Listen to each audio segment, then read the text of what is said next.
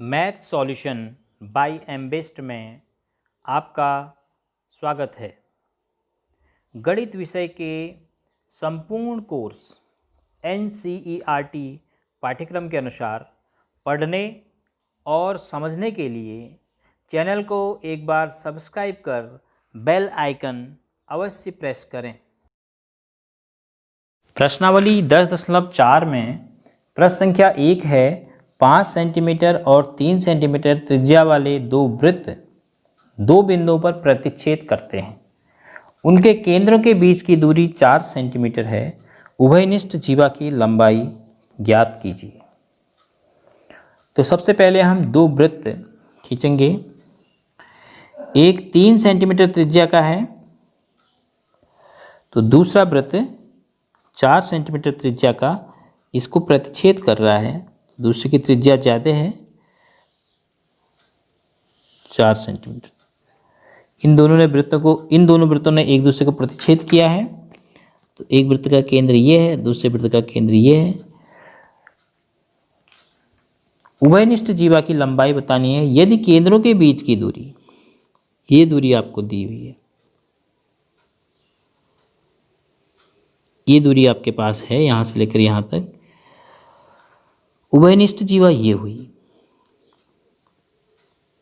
एक ऐसी जीवा जो दोनों के लिए जीवा बन जाएगी, वो ये होगी उभयनिष्ठ जीवा। इसका नाम दे देते हैं ए। ये बिंदु ए हो गया, ये बिंदु हो गया बी। तो हमें ए बी की लंबाई ज्ञात करनी है। O1 और O2 केंद्रों के बीच की दूरी 4 सेंटीमीटर दी है। दोनों वृत्तों की त्रिज्याएं पता हैं। तो एक की त्रिज्या है 5 सेंटीमीटर और छोटे वृत्त की त्रिज्या है 3 सेंटीमीटर।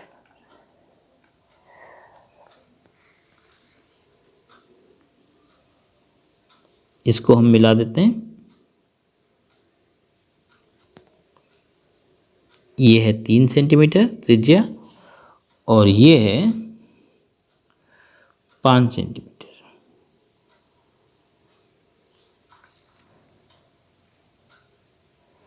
और O1 से लेकर O2 तक की दूरी भी कितनी है? 4 सेंटीमीटर। तो क्या क्या आपको पता है? देखो इसमें आपको पता है O1 O2 is equal to 4 centimetre. O1A छोटे वृत्त की त्रिज्या 3 सेंटीमीटर और O2A बराबर 5 सेंटीमीटर। अब हमें O2 से अगर C को कुछ मानना पड़े तो हम O1C निकाल सकते हैं फिर, क्योंकि पूरी लंबाई हमें पता है 4 सेंटीमीटर।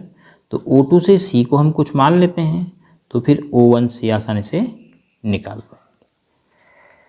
तो O2 से C को हम मान लेते हैं X। O2C बराबर X सेंटीमीटर। तो O1C हमारे पास आ जाएगा कितना? O1 से लेकर C तक टोटल 4 है तो 4 में से X को घटा देंगे, 4 ऋण X। जब भी दो वृत्त प्रतिच्छेद करते हैं दो बिंदुओं पर तो उभयनिष्ठ जीवा के लंबार्धक पर स्थित होता है दोनों वृत्तों का केंद्र। तो अर्थात O1 और O2 किस पर स्थित हैं? AB के लंबार्धक पर। तो अर्थात AC जो है O1C के साथ, AC O2C के साथ कितने अंश का कोण बनाएगा? यहाँ पर 90 अंश का। तो त्रिभुज AO1C आपको एक समकोण त्रिभुज मिलेगा।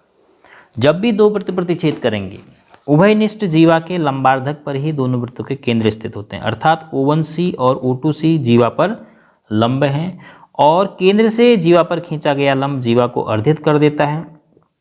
O1C लंब AB और O2C भी लंब AB है।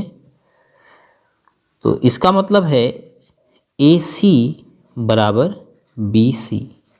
तो AC और BC बराबर है। तो अगर हम AC प्राप्त कर लेते हैं तो फिर आसानी से हमें पूरी जीवा AB मिल जाएगी। तो समकोण त्रिभुज O1AC सी में आप बौधायन पाइथागोरस प्रमेय का प्रयोग कर सकते हैं। तो लिखेंगे कर्ण का वर्ग बराबर आधार का वर्ग धन लंब का वर्ग।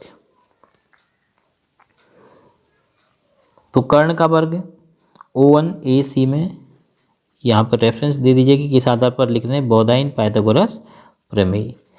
तो कर्ण है समकोण के सामने O1A का वर्ग बराबर आधार है O1C का वर्ग धन लंब है AC का वर्ग। तो O1A कितना है, O1A यहाँ से आपको मिल जाएगा 3 का वर्ग बराबर O1C यहाँ से 4 ऋण x का वर्ग और धन AC का वर्ग। इसी प्रकार दूसरा समकोण त्रिभुज O2AC से यहाँ पर लिख लीजिए इसी प्रकार। तो दोबारा हमने क्या कर रहे हैं ये नहीं बताना पड़ेगा। इसी प्रकार समकोण त्रिभुज O2AC से, तो यहाँ से भी हमें मिल जाएगा O2A किसका वर्ग 5 का वर्ग बराबर O2C किसका वर्ग x का वर्ग धन AC का वर्ग। इसमें से इसको घटा देते हैं क्योंकि AC में से AC घट जाएगा तो हमें x का मान मिल जाएगा।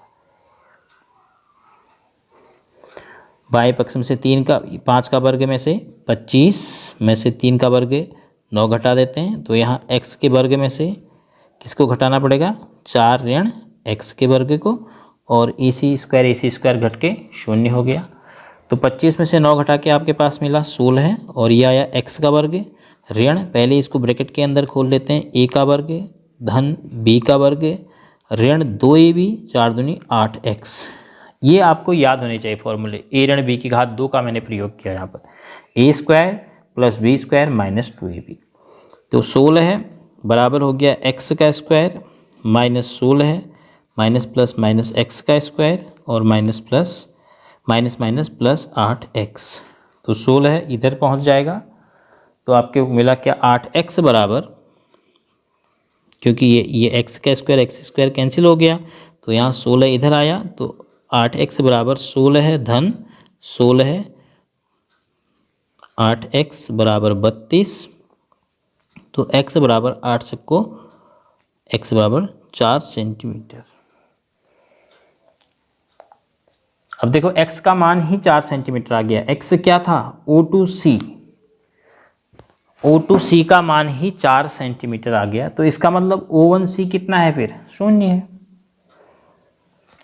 अगर O2C ही 4 सेंटीमीटर आ गया, O2C बराबर 4 सेंटीमीटर, तो O1C बराबर 4 ऋण x 4 ऋण 4 बराबर 0 सेंटीमीटर। अब O1C 0 कब हो सकता है, जब O1 और C अलग अलग बिंदु न होके एक ही बिंदु हो। इसका मतलब O1 और C अलग अलग बिंदु नहीं है। तो इम्प्लाइज दैट O1A और AC बराबर है, क्योंकि O1 C पर ही है। ऐसा संभव है क्योंकि आपका यह जो वृत्त है ये इसके केंद्र से होकर जा सकता है। तो इसका मतलब हो गया कि O1A बराबर CA। तो इम्प्लाइज दैट O1A तो आपको पता है ना, ये त्रिज्या है, तो आपको पता चल गया CA कितना है फिर, त्रिज्या के बराबर 3 सेंटीमीटर। तो CA 3 सेंटीमीटर है तो इस CA का दुगना AB बराबर 2 गुणा CA, क्योंकि O1C जो है जीवा पर लंब था तो 2 गुणा 3 बराबर 6 सेंटीमीटर। तो यहाँ पर आपने निष्कर्ष निकालना है O1C 0 आया तो इसका मतलब क्या है, O1C 0 आया तो इसका मतलब है O1 और C एक ही बिंदु है, अर्थात जो ये दूसरा बड़ा वृत्त है यह छोटे वृत्त के केंद्र से होकर जाएगा। तो केंद्र से होकर जाएगा तो O1 O2 बराबर 4 सेंटीमीटर है, तो AC O1 पर होने के कारण AC भी इस त्रिज्या के बराबर होगा, AC भी 3 सेंटीमीटर होगा। और आपको जो जीवा निकालनी थी AB वह AC की दुगनी इसलिए होगी क्योंकि यह लंब है इस पर, तो 2 तियां 6 सेंटीमीटर।